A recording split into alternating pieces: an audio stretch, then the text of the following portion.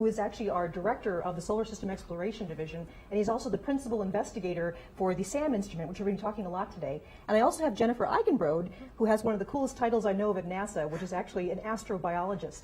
And we're also here at another location today as well, NASA's Jet Propulsion Laboratory in California. And here we have Dr. Chris Webster, who is a senior research scientist at JPL. And we also have Ashwin Vasavada, who is the project scientist for the Mars Science Laboratory. My name is Michelle Thaller. I'm an astronomer here at NASA. And one of the things I'm going to say right off the bat today is that none of us live in a vacuum. We all have our own social media accounts. And we're sort of aware of the interest that this has generated. So I'm going to tell you right now, what we're not announcing today is the detection of life. We're not going to be talking about that. What we are talking about are some really exciting new results that have to do with organic molecules. Now, organic molecules are what we understand it as the building blocks of life. And even if we're not announcing the detection of life today, I think that the discoveries we're going to be talking about are a really important next step into finding out whether Mars was once habitable or might even still be habitable. So what I'm going to do now is actually lead it off with Paul Mahaffey, who's going to talk to us a bit about what we know and what we don't know about Mars. So Paul, straight up, what have we found? Really exciting times. I'll reinforce what you said. I mean, life, organic compounds on Earth just so much bear the imprint of life that it's very natural for us to equate finding organics on Mars with finding life. But that's not the, that's not the bottom line of what we're trying to get out here. The bottom line is that we've greatly expanded our search for organic compounds, which ultimately are fundamental to our search for life. And it's really interesting, kind of two complementary results. One result is organics from billion-year-old rocks that got trapped in the rocks in an ancient lake billions of years ago. And the second really is the simplest organic, methane in the atmosphere. And those two results, Jen Eigenbrode and Chris Webster, the lead author on these papers, are going to talk about. But let me just set a little bit of the context. It was kind of August 2012, more than 5 years ago. We came barreling into Mars, and there was that exciting 7 minutes of terror. And we landed safely on the surface thanks to the great engineering team at JPL that got us there. But the objective of the mission really was to explore a habitable environment on Mars. And right off the bat, we just found incredible things. We found clays that were formed by water. The Rover Curiosity is just extremely capable. It takes stereo pictures. It measures the elemental composition of the rocks. It does some mineralogy. And what we've always done, even though we found many things with the experiment we're going to talk about today, which is SAM, the Sample Analysis of Mars experiment, we essentially found out very early that this was a habitable environment. Water had been there for a very, very long time. With our SAM experiment, we found some interesting things. For example, how old the rocks were, how long they had been exposed to cosmic radiation. Measurements of light versus heavy elements told us about how the atmosphere had escaped over billions of years. But we've kept going on this search for organics, and we had found some methane before. We had found some simple organic molecules before, but we greatly expanded the search with the results we're going to talk about today. So it's really exciting. So Paul's just mentioned some of the results we're talking about today, and one of the things that's really important is you can be involved in our discussion. So throughout the broadcast today, you'll see me looking down at my iPad. We're taking live questions. So if you're on social media, you can use hashtag AskNASA. Or if you're joining us on Facebook, just put your questions in the Facebook comments, and we'll get to as many of them as we possibly can. And we're also going to be taking questions live from the media a little bit later in the show. So I'll actually be here live looking at your questions, and I can give them to whatever scientist is probably the most appropriate. So now we're going to go to Jen. So Jennifer, tell us a bit about, why is it significant that we found organics on Mars? We found organic molecules in rocks from an ancient lake bed. Those organic molecules could have come from life. We don't know that there was ever life on Mars. The organic molecules that we found are not specifically evidence of life because there are other sources of making those molecules, including things that are non-biological in nature, things like meteorites, or even rock processes. We can attribute geology all by itself without life to making organic molecules. And the information that we have doesn't tell us which source is responsible for what we have. Well, thank you. So another one of the major detections and discoveries we're talking about today involves methane on Mars. And methane is something that we think of as natural gas. It's a simple organic molecule. And I'm going to talk to Chris Webster at JPL right now. So Chris was actually instrumental in the discovery before of methane spikes. The level of methane went up very dramatically on Mars. So Chris, you've reported before on these methane spikes. Can you tell us a bit about what today is different and noteworthy about methane on Mars? Well, Michelle, as you know, every chapter in the story of methane on Mars has been a surprise. From some time ago, there were reports of plumes in the atmosphere of methane. There were reports of patches when orbiters looked at it, and spikes that we reported, as you just mentioned. Every one of them a surprise, but problematic in a sense, frustrating, because none of them were repeatable in time and space.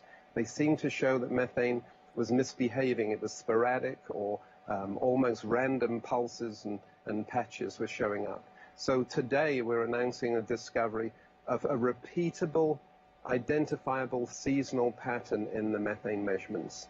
And we can look here at the graphic and we can see that. It's in the lower background level, because most of the time we're not looking at spikes, and we see this low background level. You can see from the winter to the summer this growth. And the big surprise too is not only have we got this wonderful repeatability, but the seasonal cycle changes by a factor of 3. That's a huge change, completely unexpected. And what it does, it gives us a key to unlocking the mysteries associated with Mars methane, because now we have something to test our models and our understanding against. And we'll hear a little more about that later.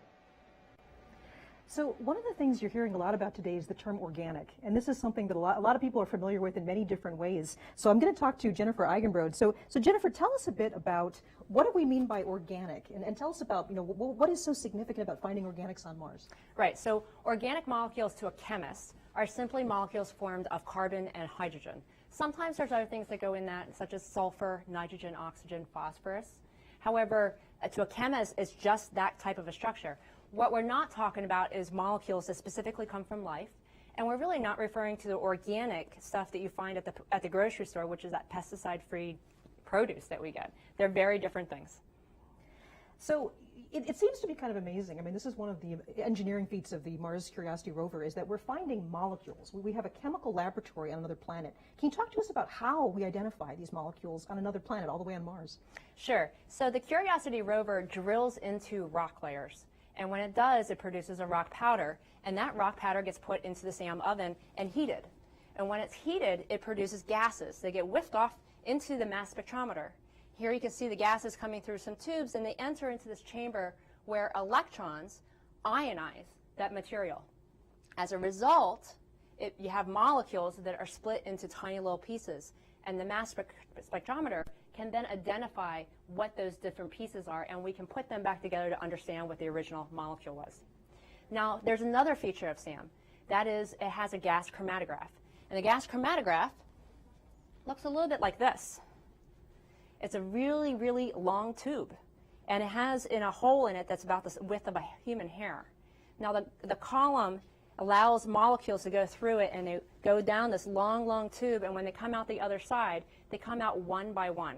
They're separated. And when that happens, they go into the mass spectrometer, and we can identify individual molecules. Now, the GCs on SAM were built by our French colleagues from the French National Center for Scientific Research. And it was because of these GCs that we were able to identify certain molecules that we are reporting on today. And in fact, actually, we have one of our first questions from social media. This is from John Vandelar. We were talking about drilling into the surface of Mars with the arm of SAM. How far in do we go? How far deep into the surface? 5 centimeters. That's about as far as we can go. Yep. 5 centimeters. We'll talk a little bit more, John, about why that's significant. There may be even more interesting things farther down. So the thing that really amazes me, and I remember very well the landing of the Curiosity rover as one of the best nights, early mornings of my life. When you showed me that tiny gas chromatograph coil, that had to actually land on Mars. At one point, going through the atmosphere, there was a big snap of G-forces, like up to 10 times the force of gravity. We actually land these incredibly sensitive, sophisticated instruments on Mars. And I want to talk a little bit more about that. So we're going to go to our friend Ashwin at JPL. So tell us where you are and tell us a bit about the Curiosity rover, the larger rover. Hi there. Yeah, probably wondering what's behind me. And what you see behind me is actually the test model of the Curiosity rover. It's a twin, basically, that we use for testing here on Earth. The one on Mars is in a place called Gale Crater. We sent it there. It's about a 100-mile diameter hole in the ground that formed when a giant impact occurred on Mars about 4 billion years ago. But what drew us to this crater is the mountain that you see in the middle of it. This mountain wasn't there when the crater formed. In fact, it formed as sediment was carried in by rivers and streams and then deposited into this giant lake that filled the crater. And as that sediment settled out from the water, it built up the layers that then made up the mountain. Each layer of this mountain is younger than the one below it. So by climbing this mountain with the rover, we can read the ancient history of Mars. And climbing is exactly what we've been doing throughout most of Curiosity's mission. We're now 1,000 feet above the crater floor. That's as high as some of the skyscrapers in downtown Los Angeles. And we get this amazing view. And so the progress has just been to continually drill each layer of this mountain. And the samples that Jen described were taken from the lowest part of the mountain about a few years ago in 2015. And it's taken us a few years to get an understanding of these results so that we can describe them to you today. And Ashwin, there was a reason the Gale Crater was selected. There was something really fascinating about the rocks, some evidence of water. Can you tell us a bit about why this site was selected? Sure. I mean, we had some hints that water was involved in interacting with these rocks because of the orbiters that have been at Mars before us. So, for example, there's the Mars Reconnaissance Orbiter and there's Mars Express, and both of those instruments had both of those orbiters had instruments capable of detecting clay minerals at the site. So we know that some of the layers in the mountain are made of clay minerals, which means that water had interacted with them. We weren't sure, though, if rivers and lakes actually existed, and Curiosity has now shown that lakes existed for a long time, probably hundreds of thousands, if not millions of years. And actually, I have a question from social media. So Jean Pascal from Facebook says, tell us more about the tweak and the repairs made to the arm. There was some trouble recently with the drilling arm. And space is hard. You're all the way on Mars. Tell us how you actually fixed this from millions of miles away. Yeah, you know, this is really worth a press conference of its own. You know, it's just sort of coincidence that we have this amazing week to tell you not only about the success of the drill, but about these wonderful results from the last few years of exploration as well. In late 2016, we realized that one of the main motors of the drill was no longer functioning reliably. This basically meant the drill was dead, and a big part of what we could accomplish on Mars, we'd no longer be able to do. It's not just that we fixed something or tweaked something, we had to invent a whole new way of drilling. And that's just a remarkable story that really I have to give all the credit to the engineers at JPL who did that work. So for about a year and a half, they tried to fix the motor, then invent this entire new way of drilling that didn't use that motor any longer. And just this week, we have achieved success. We've now successfully drilled and analyzed samples with our laboratories once again. So we're talking about drilling down and analyzing these samples. And for those of you that are a fan of organic chemistry, we're actually going to dive into the details just a little bit right now. So Jen, tell me the details about what was detected. Right, so we detected a variety of molecules, including some that have carbons linked in a ring structure, such as benzene, and others that include carbon chains. And here's an example, propane. Now, these are just representative of molecules, small little bits and pieces of molecules, but because we see these coming off of the sample at high temperatures, what they're really telling us is that they're part of something larger, a macromolecule. And this is just an example of something we find on Earth. We call it kerogen. Now, we find examples of kerogen on Earth in things like coal and black shale, these two things. Right? And we also find them in meteorites. So they're common. This tells us that there is organic material in the rock in a different form than what Sam detected. And what it means is that it was in a robust form. This form of organic matter resistant to changes. Now, the other thing that we found was thiophene. And this is an example of some of the data we'd get from Sam. We can actually tell after the molecules go through the GC column the actual structure. We use this information to figure out this type of structure. So here we have 4 carbons and a sulfur. Now sulfur looks like this when it's in rock form. But in the sample, the sulfur is probably in the organic molecules themselves. And that's important because sulfur actually is the material that can help bind all the small pieces of organic molecules together into something really big, like that large molecule I showed you. And sulfur helps to resist oxidation. That's really important for our discovery because we are looking at ancient rocks. that are 3.5 billion years old, and we found organic materials inside them. However, we drilled in the top 5 centimeters. And in that top 5 centimeters, the surface is exposed to a lot of ionizing radiation, and that generates free radicals and oxidants. And all of those can degrade organic materials. And so that rock has been sitting at the surface for an extended period of time. We're talking tens of thousands to hundreds of thousands of years. And that's a long time for all these changes to happen. There were a lot of people who thought we weren't going to find all the organic molecules that we did. For instance, Viking started this quest back in 1976, looking for organic molecules. Curiosity has continued that quest, and now we have a diverse set of molecules that we can now start to understand a little bit more about how this material is preserved and where else we might look to get more. This is a pretty amazing thing. I mean, you know, working on Mars is very hard. I mean, a lot of people know that Mars has almost no atmosphere compared to the Earth, about 1% the atmospheric pressure of the Earth. It has very high radiation levels because Mars isn't protected the way the Earth is by an active magnetic field as well as a thick atmosphere. That's right. So we have this laboratory working on Mars. And so the radiation from the sun gets about how far down into the soil? It's coming from the sun, but it's also coming from the galaxy. Right. And it can extend about 1.5 meters down, maybe even a little bit more. It depends on what model you use. But there are places that you can go deeper down that we might be able to tap into molecules that aren't disrupted by the radiation itself. And the ExoMars Rover is a perfect example. It's going to drill 2 meters deep. This is the European Space Agency's ExoMars River. And it's going to drill 2 meters deep, and it will have the opportunity to examine materials at the surface and on the way down to see if there's comparisons. We'll learn how important it is to where we have to refine our analyses, where we'll understand the preservation issue and how it affects things at the surface as compared to things further down.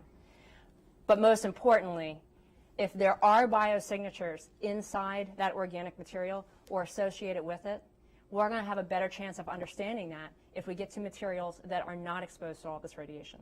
That's one of the things today. We're finding some very interesting chemistry right up on the surface of Mars, and it's a promise of even more interesting chemistry to come if we can get a little bit deeper down underneath that.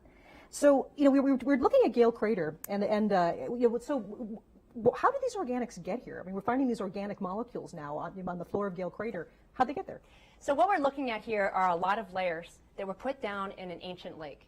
And as previously we discussed, that lake had been there for a long period of time, hundreds of thousands, maybe even millions of years, we're not sure. But those lake sediments are for a gigantic lake. Organic materials can come into that lake through rivers. They could be wind blown in, or they can be formed in the actual lake itself by things like biology. Now there's 3 different sources of organic materials too. One of them is the biology. One of them could be meteorites that are infalling into the surface and being directly deposited. And the other one is a rock forming processes that might generate organic material all on their own, and they might be the ones that are being brought in by rivers.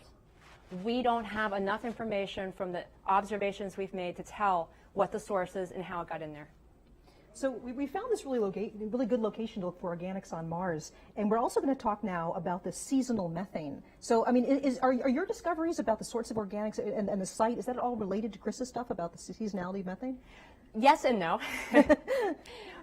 If you take the organic detection in the ancient rocks and you just generalize it, we have found organic material in the subsurface, and that might be representative of organic material throughout a grander area. And that is carbon that could go through various processes and make its way to the surface and turn into things like methane and then seep into the atmosphere. Now, the detection that Chris is going to talk about is about modern day methane, as opposed to ancient signals, what I discovered in the rocks. All right, so with that, we're going to go over to Chris Webster back at JPL. And so Chris, tell me a bit about the seasonality of methane. You know, give us some detail about this new discovery. Well, I thought I'd tell you right away that we've seen the seasonal variation, and we've tried to look at the data and come up with some explanations. And we've been able to rule out some of the sources. We don't actually think the meteoritic or delivery of interplanetary dust that can produce methane in the atmosphere, as Jen said, we don't think that's so important because we wouldn't expect to see a large seasonal variation. We might see 20%. Instead, we're seeing this massive change in the methane signal. And so what we consider, we look at the data, and the idea that best fits our data is the idea of subsurface storage. So way under the ground, under Mars, there's methane that's trapped. It may be trapped as clathrates or other materials. We don't know if that methane is ancient. We don't know if it's modern. It could be either. And we also don't know if that methane was created from water rock chemistry like serpentinization, or it was created by methanogen microbes. We cannot distinguish that. So, but the methane leaks or seeps up to the surface, we believe, and finds its way through cracks and fissures. And eventually, when it gets to the surface, we're then in a situation where the surface temperature can modulate or especially amplify the release of methane.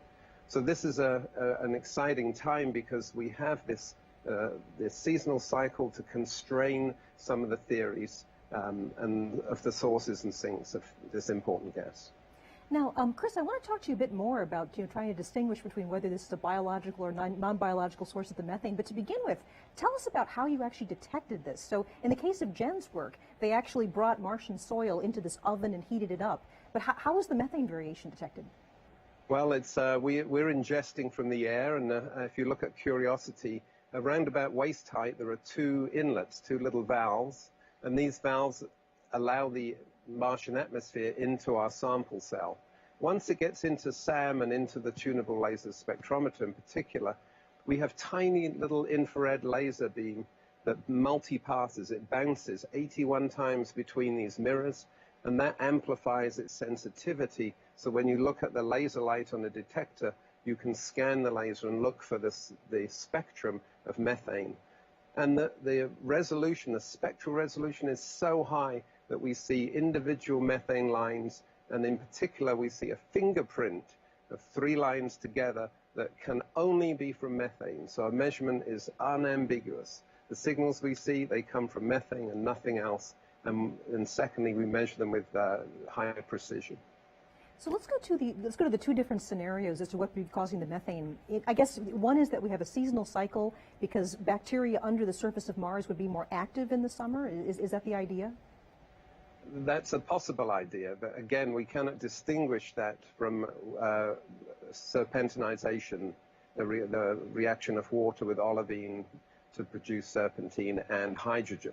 Once you get the hydrogen released in both in that reaction, it can be catalyzed either through metal catalyzed methane, that's the abiological route, or it can be catalyzed through enzymes in the microbes in the cell potential. So just sort of putting that into slightly simpler terms, if you have water that's interacting with volcanic minerals like olivine, you can also get similar methane that's trapped in the soil and preferentially comes up in the summer? Yes, that's exactly right. Right. But we're hoping that we'll see we'll get more results in the future on this, especially from other missions.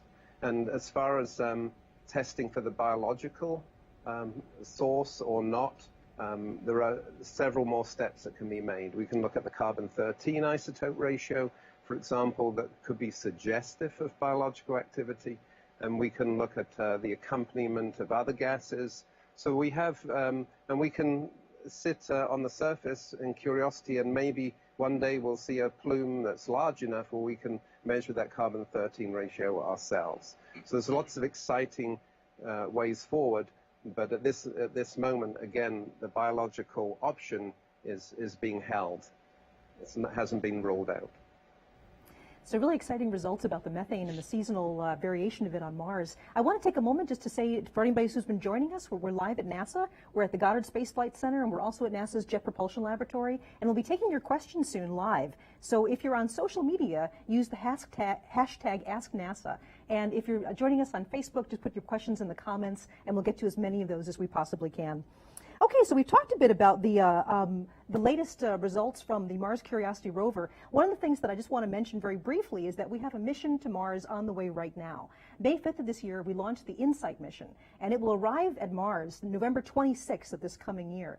And the exciting thing about the InSight mission is that it's looking at a different sort of definition of the word life. It's looking to see whether the planet Mars is still geologically alive.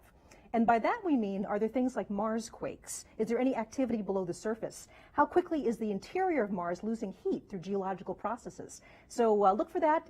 Coming this fall, we'll have another landing on Mars, a geological mission to actually see what the activity geologically is underneath the surface of Mars.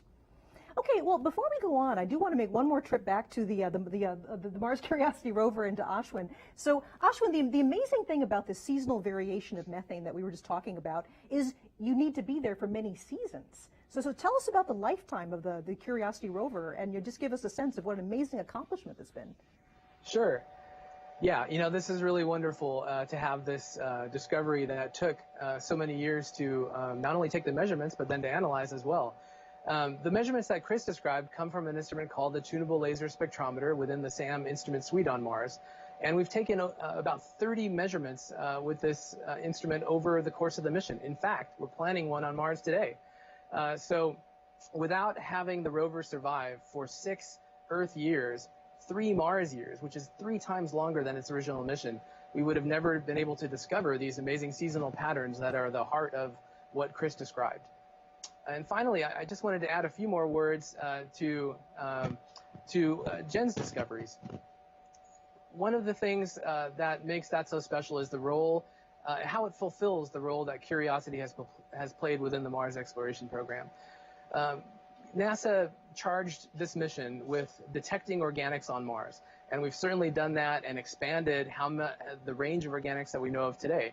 But it was more than that, too. We also wanted to understand how organic molecules, organic matter on Mars that was incorporated in rocks 3 billion years ago would be there for us to survive, would be there for us to discover all those years later. What are the processes and environments that allowed it to resist that degradation? And that really is remarkable from Jen's results, that she's been able to determine what types of molecules and what types of environments allowed those molecules to persist to today. And this is not only important for Curiosity, as fulfilling one of our main mission objectives, but it's also important for future Mars missions who will seek direct signs of life.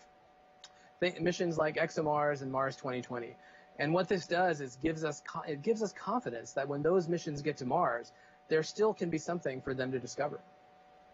So, Ashwin, you were just mentioning that the Martian year is a bit longer than the Earth year, and another thing is that the Martian day. Tell us about how similar the Martian day is to an Earth day, and how different it is. And I think you actually have some personal stories relating to this.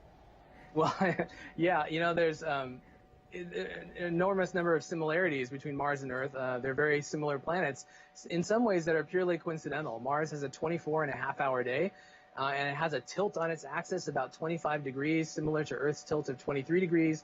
Which makes the days and the seasons remarkably Earth-like.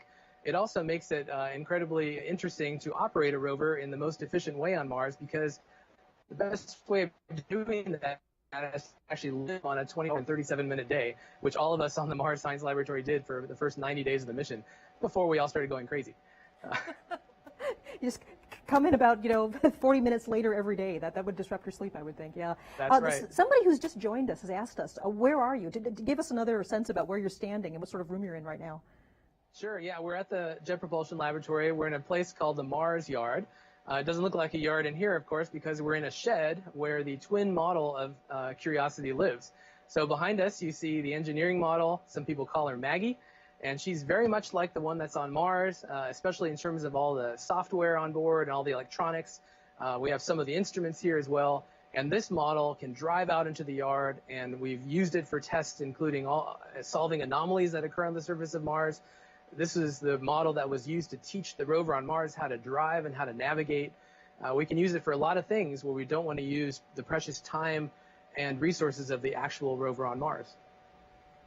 Well, but we're going to start by taking some questions now, but before we do that, I actually want to go back to Paul for just one more last thing. So, we've talked about landing this amazing rover on Mars, and then you have this incredible chemical laboratory on Mars. Tell us that story. How did we get this sensitive chemical laboratory on another planet? Let me get to that question. You're asking an awful lot of questions. Let me have you throw one in my direction first, and okay. that nobody will ask. And what did you do this morning, Paul? What did you do this morning, Paul? Thanks for asking. I thought you'd never ask. what we did this morning actually was look at data that came down from Curiosity that was deposited into SAM, and it's been months and months. So like Ashwin mentioned, we're just in the process of getting the drill back in order. We're just tremendously excited about that. So the search for organics is going to go on.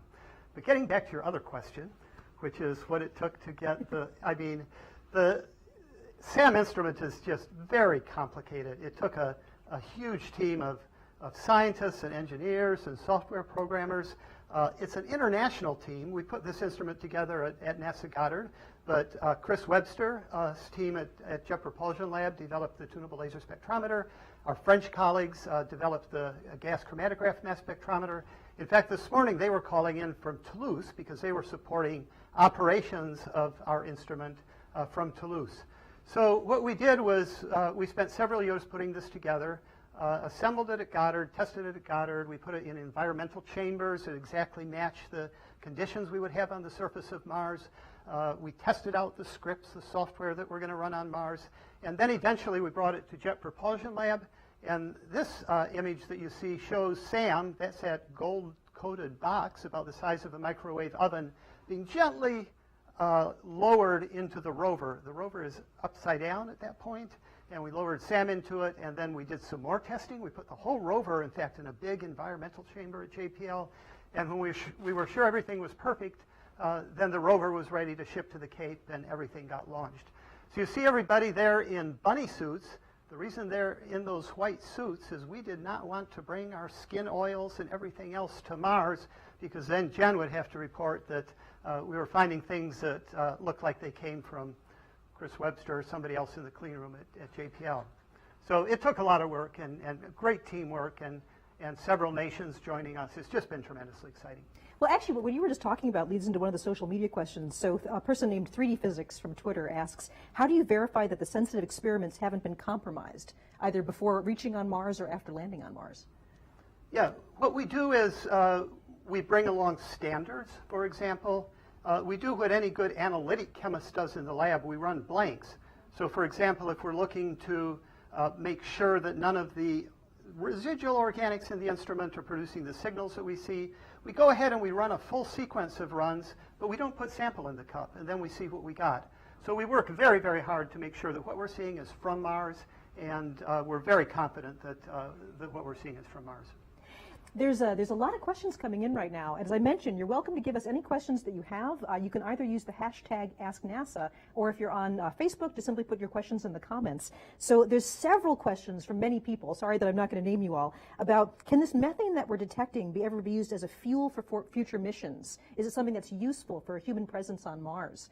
Should we go to Chris for that? Or do you want to take a stab at that question, Chris? Well, of course, there isn't, right now we're seeing low background levels. We're not seeing a lot of methane. Of course, methane is always useful as a fuel, but the ability to extract it from the atmosphere would not be efficient. But if there was a way one could access subsurface reservoirs, then it becomes a whole new ballgame. But that's really speculation at this point. And I guess I'll, seeing as we're out at JPL right now, I'll give another one to Ashwin. So we have a question about if you could have added just one more tool to the rover, what would it have been, right? Well, yeah, what was the thing that you really want on the rover that you just don't happen to have? That's a tough one. There's probably a whole list of things we could add. I'm going to deflect and just say the next thing we want to do on Mars is exactly what we're doing with the Mars 2020 mission.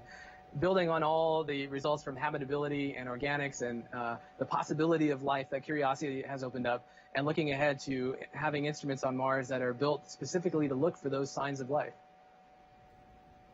So, Jen, this seems like a good one for an astrobiologist. I mean, this is a difficult question. I mean, we have organic molecules. How do you know if they're processed by life? You know, what signs would you look for that might hint to you that this is something based on life? Well, all life that we know of is based on organic molecules, even though we know that that's not the only way you can make them. So if we're going to look for life, the first thing you'd want to do is look for signatures associated with organic materials. And that was part of the reason why it's so significant that we found organic materials in the first place. It helps us guide where we're going to look for more of these.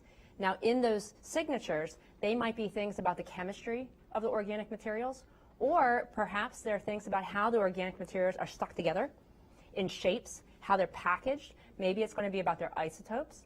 There's a whole suite of chemical and physical things that we can measure that might indicate signatures of life. Let me jump in there. I mean, Jen herself went up to Svalbard one time to one of the farthest, most northern springs, a hot spring way up in that cold area. And then we put some of this material in the gas chromatograph mass spectrometer, and these patterns showed up that show the length of the carbon chains, and bingo, that was the signature for life. So those are one of the many types of things we'll look for. That's right, and there happens to be another experiment on SAM that we haven't used yet. It's one of the wet chemistry experiments. And if those types of things are left behind in the organic material that we come across, assuming we will come across more, perhaps, if it's the right sample and the right compounds are there, maybe we'll get some hints. So I understand we actually have a media question that they're going to try to feed in on audio. So if I could ask for that question, we're going to try to have an audio feed at the moment.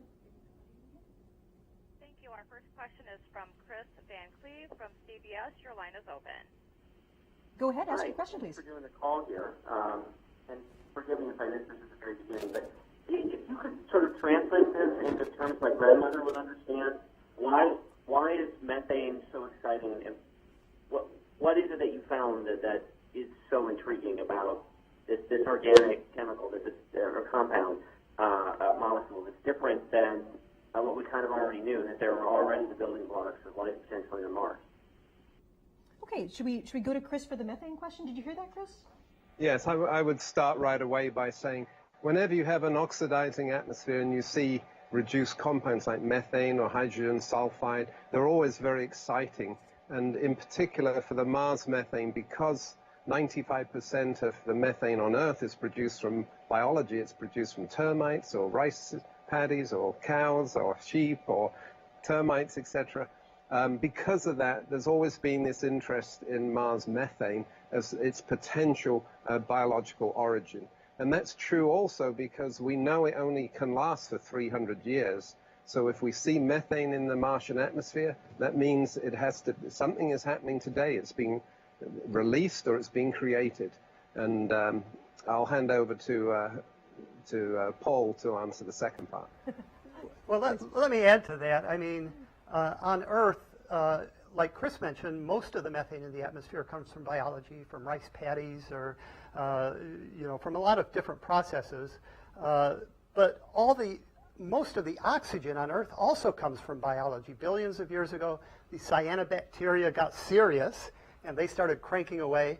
And so in our atmosphere, we have both a combination of methane and oxygen.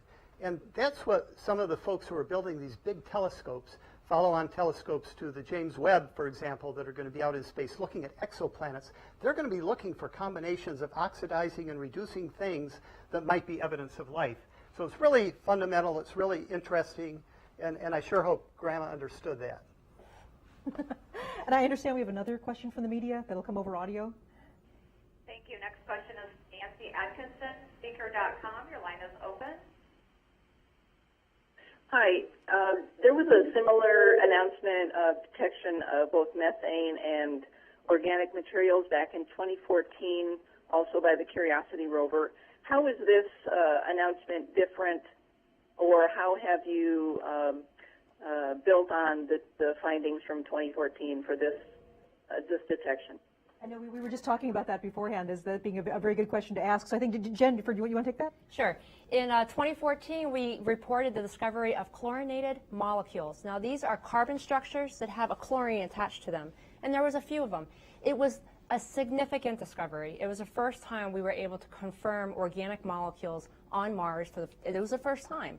And we've been looking for this for a very long time, with the hopes that we would find it with the Viking instruments in 1976, and finally with Curiosity in landing on a lake bed, that we could actually discover these.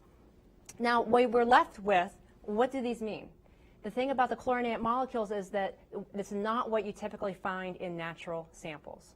And so we weren't sure what the significance was at the time. However, it did give us a lot of motivation to keep looking.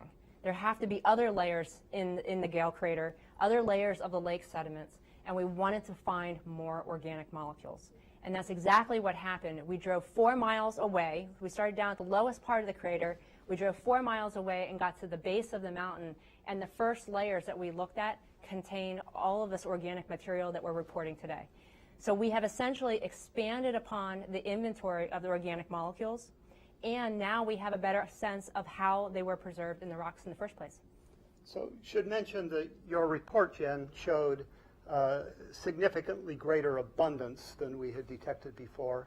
And one more thing to add is in almost every experiment we do, as we heat up the sample in this little quartz cup, we see a big oxygen signal. And the oxygen signal comes from a mineral that breaks apart, that contains chlorine and oxygen. But then the hot oxygen can react with some of the organics and produce carbon dioxide. That's called combustion. And what Jen did with part of her analysis was really to look at the high temperature release of organics that might have escaped some of that destruction. But there's still things there that we're not seeing. So, I mean, that's really motivating our desire to get back and with different techniques really look for a more comprehensive suite of organics, try and figure out where they really came from. And Chris, would you like to continue your answer as to why what we're announcing today is different from what was detected before as far as the seasonality of the methane? Yes, it's very different because in the past we were seeing spikes that we couldn't understand and we had ideas about them, but we couldn't constrain them because they only occurred occasionally. So now first of all, we've measured the background level over 2 years, so we know the total amount of methane in the atmosphere is constrained by that. It's a low average value of only 0.4 parts per billion.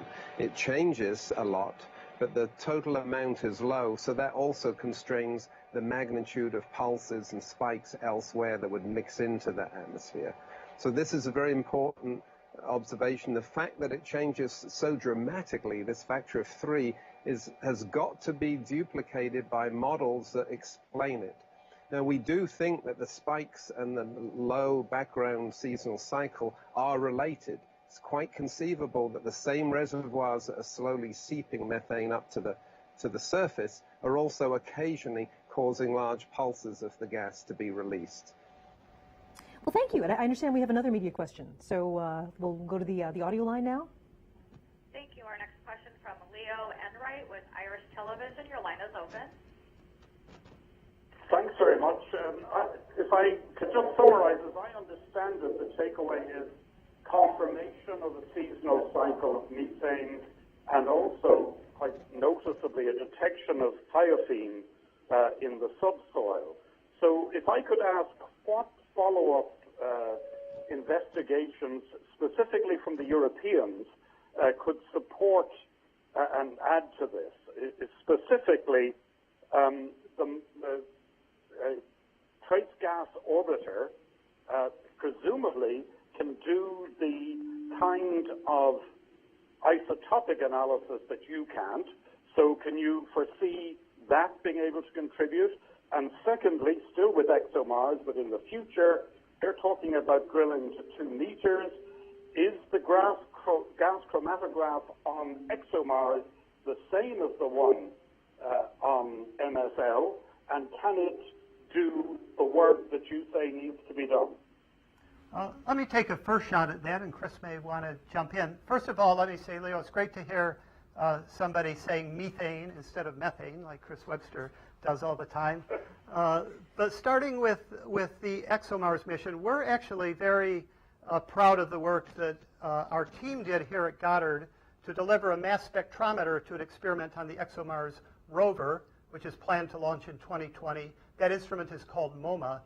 And we greatly expand the techniques that we use there to look at these samples that come up from 2 meters below the surface.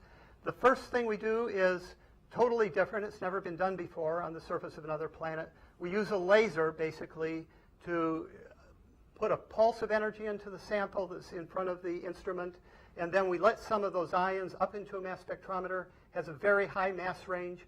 We can do things like find a high mass peak. It's a very soft ionization technique.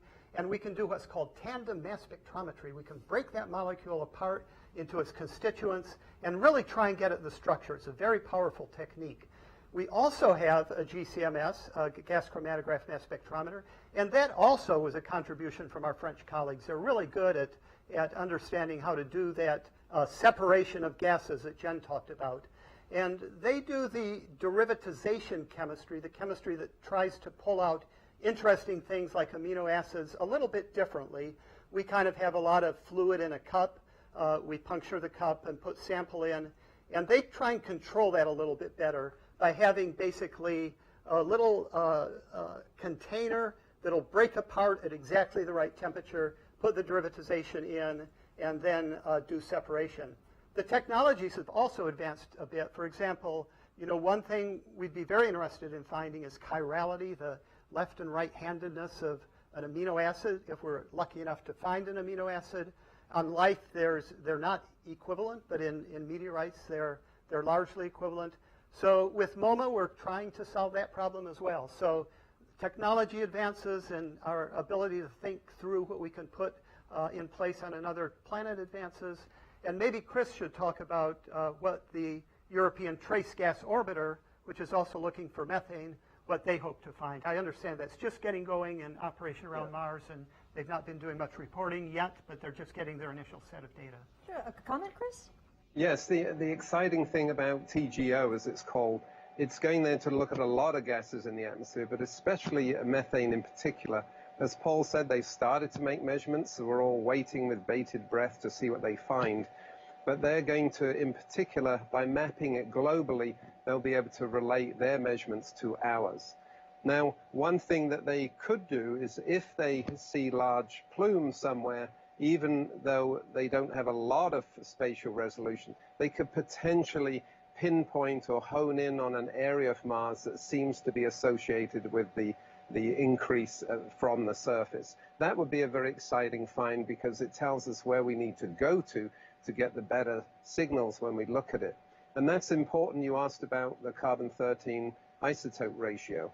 Remember, there's 100 times less carbon-13 methane than there is regular methane. And if you want to measure that to 1%, you're stuck with this extremely high sensitivity needed. So if the Trace Gas Orbiter sees significant amounts of methane, they will certainly be able to make that measurement. But if they see mainly the low background levels that we are seeing of 0.4 parts per billion, it's going to be a challenge. So those are, if you don't mind, we have a limited time for questions, and we've had some pretty technical answers. I actually want to go to some of the middle school students that are actually live tweeting us right now. So apparently I need to call out Mr. Soldy's aerospace class.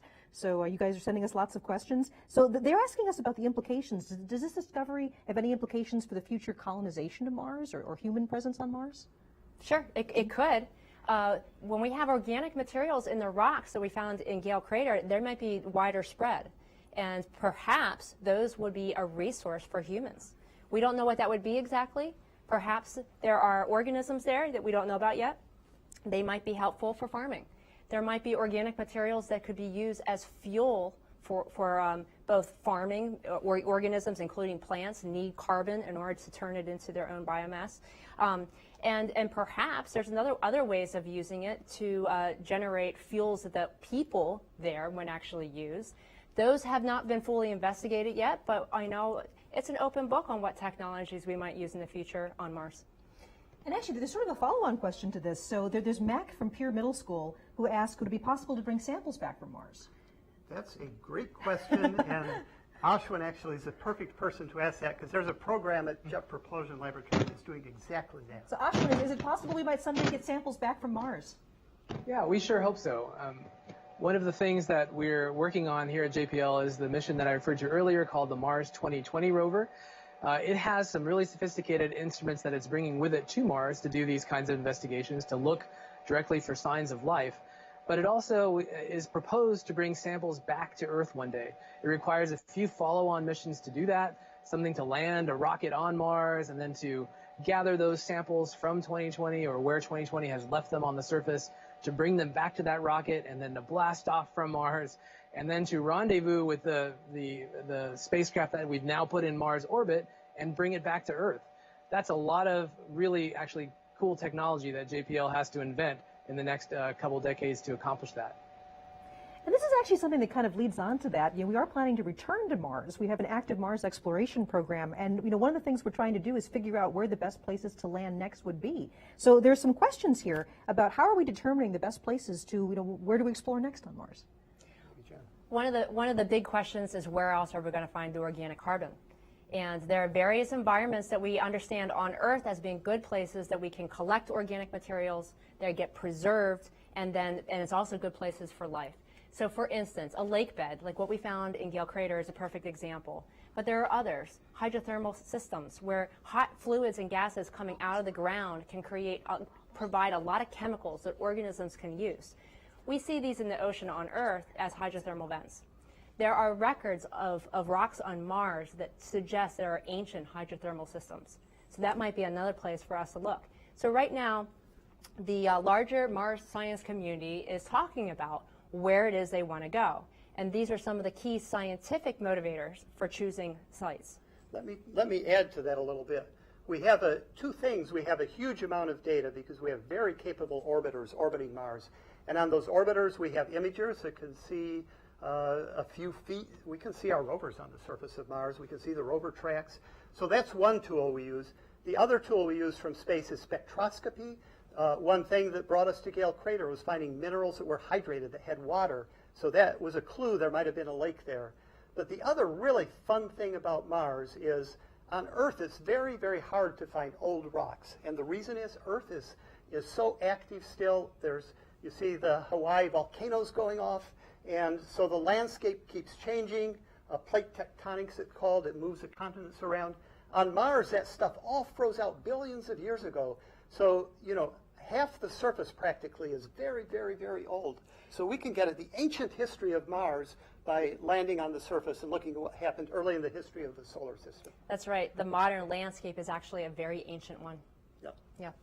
So we're going to go to another media question. So this will come over the audio line. Thank you. Next question is from Mike Wall with Space.com. Your line is open. Thank you, guys. Really appreciate your time. This is all very interesting stuff. This is probably a question for Ashwin, but if anybody else wants to jump in.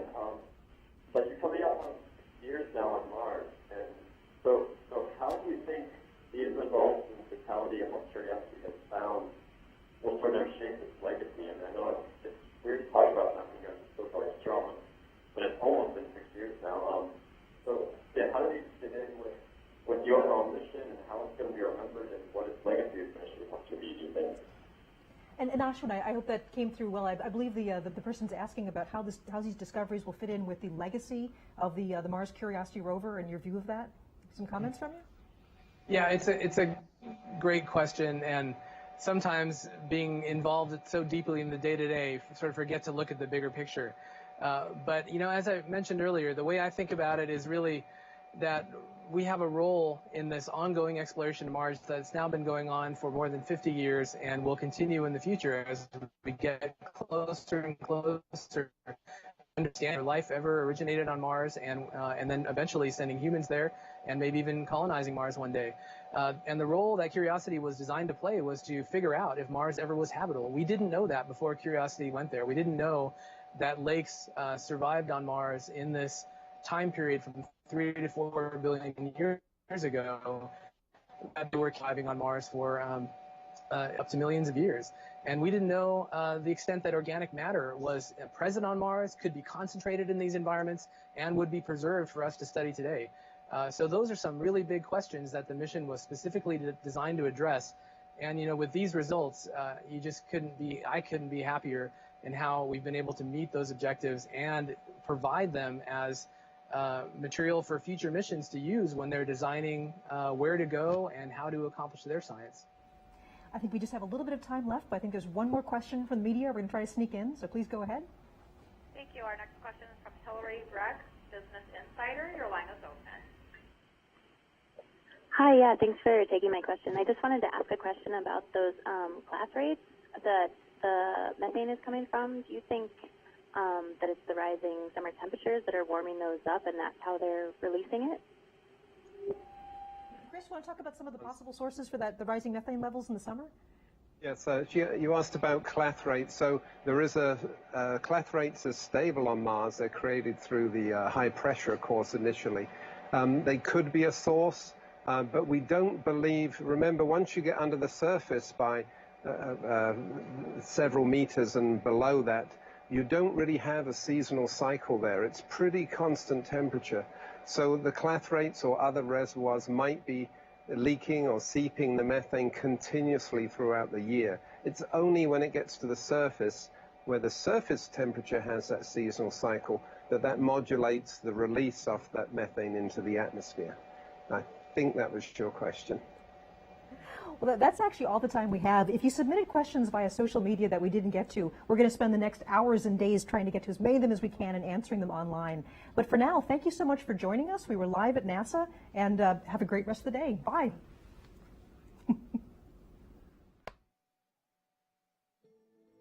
We want to know, has life ever existed on Mars? Do pockets of life persist on Mars today? NASA's approach to answering these questions is to break them down into smaller and smaller steps. First, we need to know if ancient Mars was habitable. Did it once have the right climate and the right chemistry to support life? The Curiosity rover is investigating these questions by looking for organic molecules containing carbon. Organic molecules are the backbone of all life on Earth, though they can also come from non-living sources. Today, the surface of Mars readily destroys organics, making them difficult to detect. We are decelerating. 6 years ago, Curiosity landed in Gale Crater on an ancient lake bed. A few months after arrival, it drilled into sedimentary rocks and detected traces of organic molecules using an instrument called SAM. Now Curiosity is climbing the mound in the middle of Gale Crater, and SAM has made a subsequent detection of organics. This new detection is exciting because it comes from rocks that are billions of years old. That means that the organic material within them is extremely ancient. Some of the organics that SAM has detected contain sulfur, likely introduced through geological processes. Sulfur can act as a preservative, binding organic molecules together to make them tougher and protecting them from oxidation. In fact, sulfur is the element that makes hair and fingernails tough, as well as vulcanized rubber. Martian sulfur has probably had a similar effect on these old organic molecules, helping to preserve them over geological timescales. SAM made the new detections by heating samples of crushed rock to very high temperatures, above 1,000 degrees Fahrenheit. This vaporized the samples and released several species of small hydrocarbons like benzene and propane. Because the hydrocarbons were released at such high temperatures, they may be the fragments of bigger, heavier molecules within the rock similar to kerogens. On Earth, kerogens are found in rocks like black shale and coal and are the products of ancient plant and bacteria. We don't know if the recently discovered organics on Mars are of biological origin, but it's exciting to find such old material preserved right at the surface. This finding is also encouraging for future exploration. NASA and the European Space Agency are preparing to send the next generation of rovers to Mars in 2020, carrying new technologies to search for signs of microbial life. In the distant past, Mars was much warmer and wetter than it is today. The rocks at Gale Crater tell us it was once an environment where life as we know it could have survived. The discovery of ancient organic molecules shows that another ingredient of life was present at that time, and it broadens our understanding of habitability of both ancient and modern Mars.